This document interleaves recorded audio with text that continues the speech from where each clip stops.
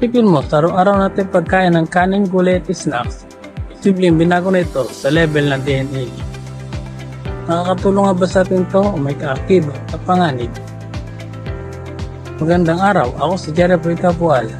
At sa video ito ay tatalakayin natin isa sa pinaka-controversial at makabagong paksa sa agham, ang Genetically Modified Organism o GMO.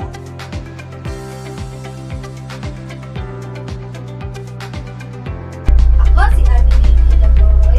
Ang GMO ay tumutukoy sa mga halaman, hayop, o microorganism na binabago ang kanilang genetic material gamit ang modern biotechnology. Sa madaling salita, kinukuha ng mga scientists ang specific gene mula sa isang organism at inilalagay sa iba para magkaroon ng mga bagong katangian. Halimbawa, mas matibay sa peste, mas masustansya.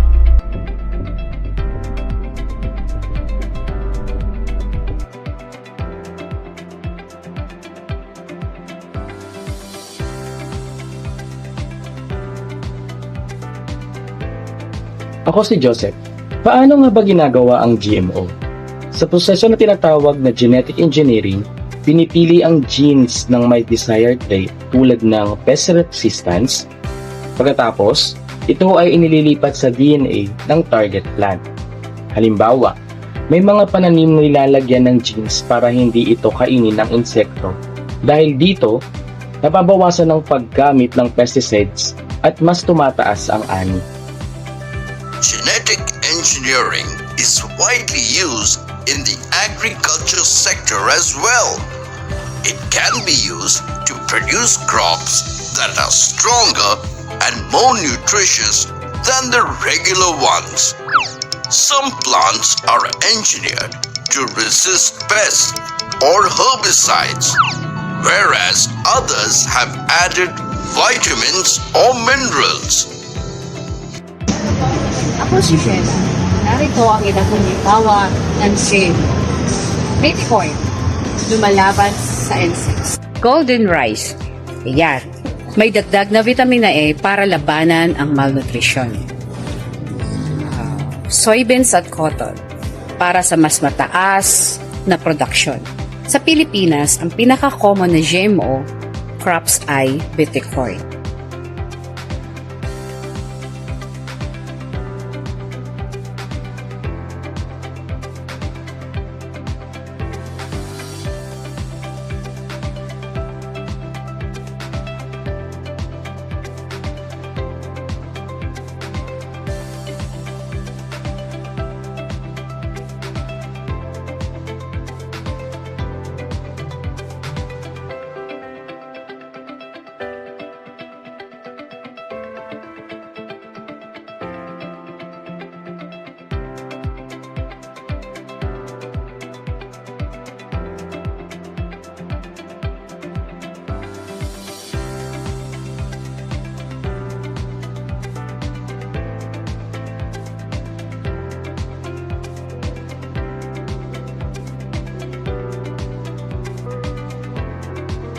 O si Julieta. Narito ang mga benepisyo ng GMO. Una, mas mataas na ani ng pananim. Pangalawa, mas matibay sa peste at sakit. Pangatlo, nakakatulong sa food security. Pang-apat, mas pinabuti ang nutritional value. Dahil dito, nakakatulong ang GMO sa pag-address ng kakulangan sa pagkain sa mundo.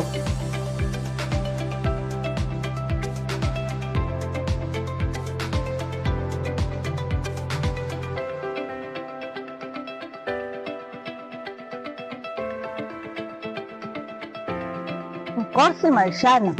Ngunit may mga concern din. Unang-una, posibleng epekto sa kalusugan. Ang ikalawa, environmental impact tulad ng pagkawala ng biodiversity. Ikatlo, ethical issue sa pagbabago ng natural na proseso. At ang pinakahuli, dependency ng farmers sa malalaking kumpanya. Kaya mahalaga ang tamang regulation at patuloy na pag-aaral.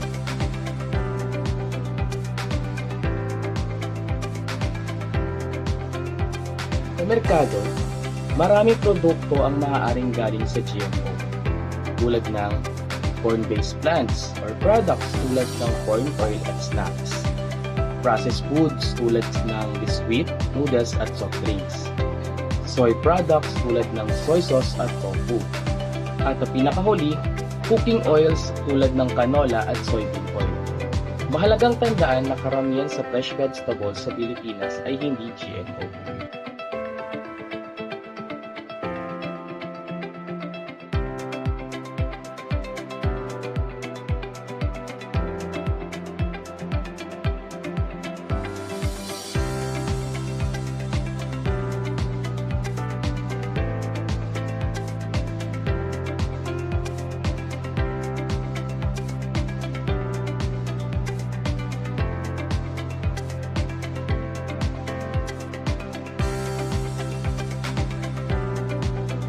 Genetically modified crops are plants whose genetic material has been manipulated to create genomes that do not exist in nature, which is genetically modified technology. For example, from soil bacteria. Extracting a protein gene that is only harmful to insects and integrating it into the genome of corn seeds can greatly increase the yield of corn, which means that they have characteristics such as insect resistance and cold resistance. This reduces the use of chemical pesticides and yields better quality corn. So this technology has greatly improved agricultural production. Why is GM food so controversial? And first of all, certain crops have been modified to make it resistant to specific herbicides due to the hybridization that has occurred between different genetically modified canola varieties, resulting in canola hybrids resistant to multiple herbicides. People have had to spray more specific herbicides. This has caused a public outcry, and the misleading public opinion about the safety of genetically modified foods by some organizations has become the main reason for the ban on the cultivation of these crops in many countries. At present, these foods will be strictly evaluated and tested, and the genetically modified foods on the market can be said to be safe, such as genetically modified corn, although it will produce a protein that is harmful to insects. But it has no effect on the human body. The most common genetically modified crops are cotton, soybeans, corn, and canola, and there are many more genetically modified foods today, which have more nutrients. Rice that includes antioxidant-rich fruits that provide extra vitamins is not only good for food production, but also positive for the environment, such as reinventing crops that absorb excess nitrogen fertilizer. Plants with strong photosynthesis, which can mitigate climate and environmental changes, and genetically modified technologies may become the most beneficial weapon to save the biosphere.